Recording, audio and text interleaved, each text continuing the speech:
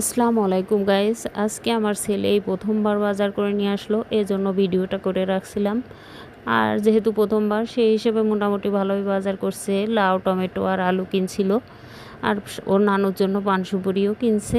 তার লাউটা অনেক কচি ছিল। আমি আজকে লাউ আর চিংড়ি মাছ রান্না করব। লাউ আলাদা কষায় নিছি আর চিংড়ি মাছটা আলাদা ভেজে তারপরে একসাথে মিলাইয়ে দিছি। আমি এইভাবেই লাউ চিংড়ি করি, আমার কাছে খুবই ভালো লাগে। আর হচ্ছে রুই মাছ ভুনা করছিলাম, বড় রুই মাছ হালকা ভাজা করে মশলা দিয়ে ভুনা করছি, সাদা ভাত করছি আর রোস্ট ছিল, ওটা শুধু গরম করছি আম্মার জন্য খাবার বেড়ে দিয়ে। এরপর আমি গোসল করে নামাজ পড়ে এসে আমিও খেয়ে নিছি। আর সন্ধ্যার দিকে সবজি দিয়ে নুডলস বানাইছিলাম, গাজর, টমেটো, কাঁচামরিচ, পেঁয়াজ আর হচ্ছে বরবটি, ডিম দিয়ে এই সবজিটা ভাজা করে এরপর নুডলস দিয়ে মিলাই দিছি জাস্ট। আর লামিমের বাবা যেহেতু বাসায় আছে সেজন্য আমরা সবাই একসাথে